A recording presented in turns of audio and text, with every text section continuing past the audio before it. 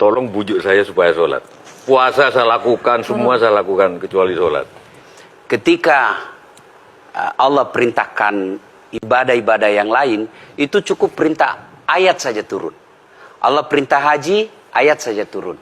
Allah perintah puasa, ayat saja turun. Allah perintah bayar zakat, ayat saja turun. Tapi ketika Allah perintah sholat, tidak boleh ayat turun. Nabi dijemput oleh 2 malaikat, kemudian diajak naik, ketemu dengan Allah untuk menerima perintah ini. Kenapa? Karena perintah ini sangat penting. Mas, saya boleh dagang, bayar zakat sambil nyanyi. Saya boleh haji sambil nyanyi. Tawaf, labbaik Allahumma labbaik, labbaik la syarika laka labbaik. Boleh. Ya, saya bayar zakat boleh sambil nyanyi. Begadang jangan begadang. Kenapa? Sholat tak boleh. Allahu Akbar. Darah muda, darahnya pada batal sholat saya. Kenapa? Inilah puncak penghambaan kepada Allah. Jadi puncak penghambaan kalau saya meraku hamba, sholat. Yang paling mulia dalam tubuh kita, kepala.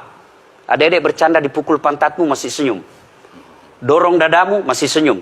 Tapi jangan bercanda pukul kepalamu. Tak, kau pukul kepala saya pasti saya marah. Kenapa? Harga diri di sini. Tapi ketika kita sholat, anggota tubuh yang paling mulia, kepala, rendahkan seperti kakimu. Kita akan ini penting. Kalau saya sudah mulai ini. Ya, karena kalau saya mau sholat, saya melihat banyak koruptor sholat. Ya. Saya melihat banyak orang sholat yang kalau saya ajak ngomong main HP, nggak punya adab. Yang paling enak memang sholat tidak korupsi. Yang paling nyaman memang, paling ideal, sholat jujur. Tapi wala talbisul haqqa bil batil, kata Allah. Allah tidak mencampurkan antara hak dan batil. Sholatmu beda, puasamu beda, maksiatmu beda. Itulah sehingga Allah hadirkan 2 malaikat. Rakit dan atid. Mencatat yang baik di baik, yang salah salah. Tapi ini setan kan tidak membiarkan itu. Maka setan masuk.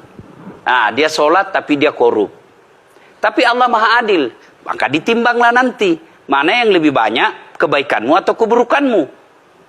Kalau dia baik amalnya, tapi tidak ada sholatnya, sia-sia. Kenapa? Passwordnya kebaikan itu, kuncinya itu adalah sholat.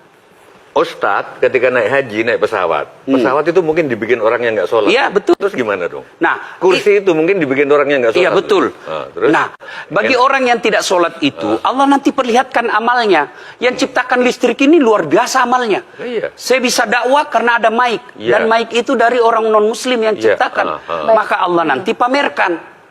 Ini kau punya amal. Ini 10 guda, 10 miliar kau punya amal. Mana passwordnya? Mana kuncinya? Kuncinya itulah sholat. As-sholatu imanuddin, as-sholatu miftahul jannah. Sholat itu kunci kebaikan, sholat itu tiangnya agama. Sebuah bangunan, dia bisa berdiri tanpa dinding. Sebuah bangunan, dia bisa kokoh tanpa atap. Tapi ketika bangunan tidak punya tiang, pasti tidak kokoh. Tiang itulah dalam agama, sholat. Dia tidak husuk, tidak ada urusan. Allah tidak hitung kamu husuk atau tidak. Kamu datang deh sujud sama saya. Orang haji kan melempar 3 jumroh. 1 tiang, 7 batu. Kenapa tidak dikumpul saja itu? 1 kali lempar, tak, tak, tak. Kenapa? Kenapa mesti 3 hari dan kenapa mesti 3 titik? Itu pesan moralnya, melawan setan itu perlu napas panjang. Dengar azan, jangan pikir setan, dia tebar itu. Tidak usah kau sholat, nanti kau tua. Anggaplah pergi sholat. Setan menyerah, tidak. Buru-buru kamu, buru-buru. Akhirnya apa? Wudhu tidak sempurna. Anggaplah Anda wudhu dengan sempurna. Setan menyerah, tidak. Masuk masjid. Tidak usah sholat sunnah, tidak usah sholat sunnah. Prinsipnya setan, kalau dia tidak bisa dikalah, jangan untung. Nah, gimana Mbak Teja? Udah teryakinkan? Oke.